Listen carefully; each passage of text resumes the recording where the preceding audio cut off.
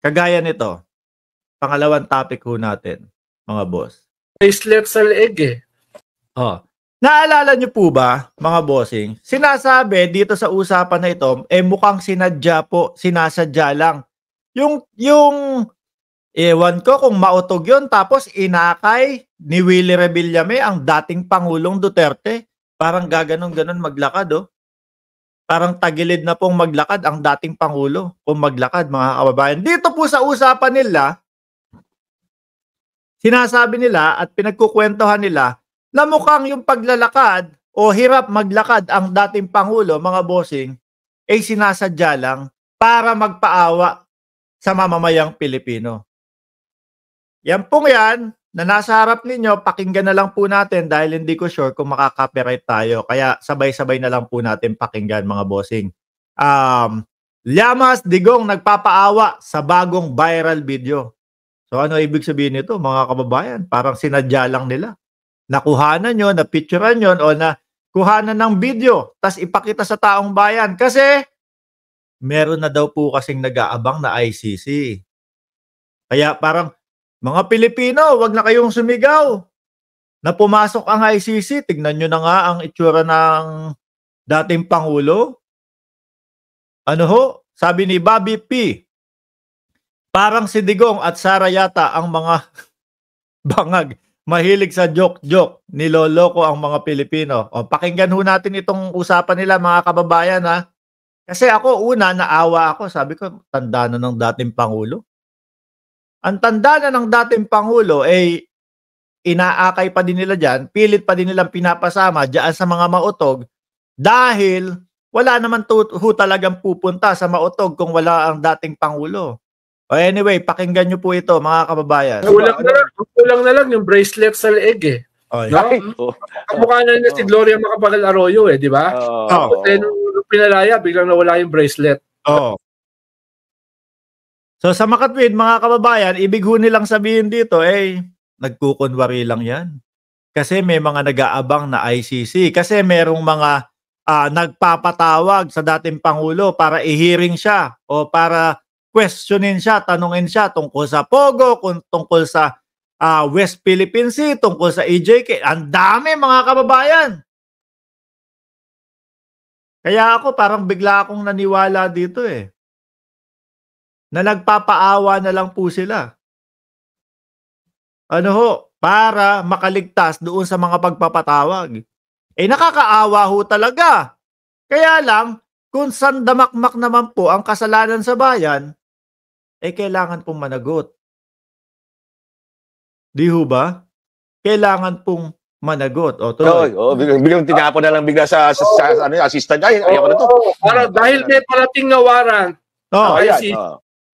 Dapat maawa naman tayo. Maawa naman tayo na hindi lang nga makalakad, hulihin pa ng ICC. Yung mga politiko po natin, mga kababayan, no? Ganyan ho. Kapag kayong tipong aarestuhin, kapag kayong tipong may mga magpapatawag sa kanila para litisin, investigahan, bigla pong nagkakaroon ng bracelet sa leeg. Pero kapag ka-acquitted na ho, o sige, wag nang ipatawag. Okay, wala nang kasalanan yan. Tapos na. Biglang nawawala, biglang tatanggal, biglang nakakalakad na po. Si Gloria Macapagal Arroyo, mga kababayan, naalala nyo po? Naka-wheelchair pa yun. Di ho ba? Nakaupo pa sa wheelchair with matching, may neck brace pa po. O tapos nung okay na, wala na, okay na ako, nakakalakad na ako. Di ba? Makita mo yung performative politics dito, di ba? Nakikita mo, di ba? Lumang style na yan Kaya nga yung age, ang tawag doon, Sek, yung age consideration, kasi ganyan, yan ang ginamit ni Enrile, di ba? Walang ganun sa ICC, walang age consideration. Opo. So si Enrile daw po, mga kababayan, matanda na ako, hulihin nyo pa ako. I-considera nyo naman ang aking edad. Kaso daw po, mga bossing, sabi ni Llamas, walang ganun sa ICC. Kahit damatans ka na, kung napatunayan na merong kakasalanan, lumabag ka sa karapatang pantao, longko ka. Dakma ka sa amin. Kailangan pagbayaran mo yung iyong mga kasalanan.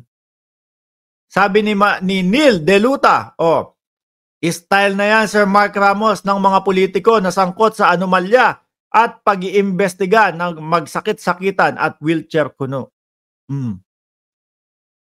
Ang hindi nasakyan ng dating Pangulong Duterte, mga kababayan, yung sinasabi niyong jet ski. Ano po? Yung jet ski papunta sa West Philippine Sea. Di ho ba?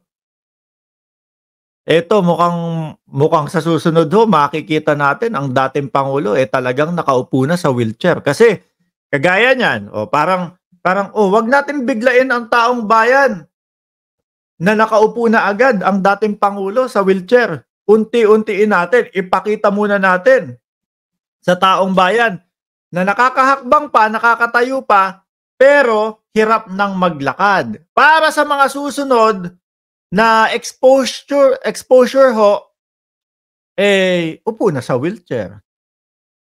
Di ba? Unti-unti. Hindi yung wala, biglang may ICC, biglang na wheelchair na, biglang naupo na sa wheelchair. Sabi ni Lilia Rodriguez, wag mag-joke ng hindi maganda. Lalo BP pa siya. Walang respeto sa Pangulo, bastos. Anong tingin nila? Sila ang makapangyarihan, tapos ang panahon ni Duterte, kung doon sa Davao kayo ang poon, ibahin kami. Correct? Oblo is waving. May issue din pala si Roque. Yun lang, yung land grabbing sa Bataan na ginawa ng Pogo at pineki mga pirma na magsasaka. Tuloy ho mga kababayan. Kasi parang yung mga pinagkukwentuhan nila dito at pinag-uusapan po nila dito, mas mukhang makatotohanan po kaysa doon sa patagilid na lakad ng dating Pangulo. Kaya po yung iba, yung mga DDS supporter dyan, mga vloggers dyan na sinasabi nyo, ang tagal naman ng ICC! Paulit-ulit nyong isinisigaw ang ICC pero hanggang ngayon wala pa din. Ito tignan nyo yung mga nagiging galawan ng inyong mga politiko. Si Bato, galit na galit. Gina G. Doon pa lang kay Bato de la Rosa, yung binigkas niya o yung binitawan niyang salita na meron akong kaibigan na pulis. Kaibigan kong pulis na tinulungan ko na magstay sa kanyang posisyon. Nung panahon ni dating Pangulong Duterte na ngayon, nakikipag-ugnayan pa sa ICC laban sa amin. Yun na lang po mga kababayan di ba? Yun na lang po mga bossing. Tapos ito, medyo nagpapaawa na. Dahil papasok na nga ang ICC. Nabawasan na ang Canada. Susunod niya dyan si Kibuloy. Sabi ni Maria Del, tambalos-los, maraming kasalanan. Bakit hanggang ngayon hindi pa nagbayad ng kasalanan sa taong bayan?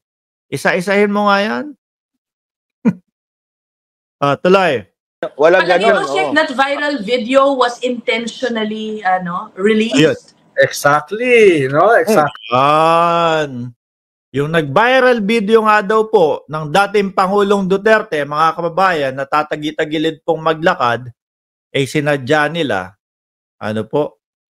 para ipakita sa taong bayan o para maawa ang taong bayan. Kayo, humihiling pa kayo na makapasok ang ICC. Ganito na nga ang kalagayan ko, hindi kayo maawa. Pasensya na po. Alam namin, matanda na. Alam namin, nanghihina na. Pero kung may kasalanan po at napatunayan yung kasalanan na yon, napatunayan yung paglabag sa karapatang pantao, pasensya na mga bossing. Kailangan ho talagang pagbayaran yan. Hindi pwede yung gano'n. Matanda na kasi. May sakit na hindi na nga makalakad. Papahuli nyo pa. Hindi pwede ho yung gano'n. Kailangan ho magbayad yan. Alalahanin nyo po, madami ang tumatangis, mga kababayan, na mga magulang, mga asawa, nun pong nabiktima daw po, di umano, nung panahon ng dating Pangulong Duterte. Tuloy. Yun yung habol nila dyan, Kaya, lumabas nga sa Twitter, Lumabas sa Twitter, yung ex ngayon, di ba? Wala kasi akong ganyan eh. Ang sabi nung isang post doon, Digong, pagaling ka, no?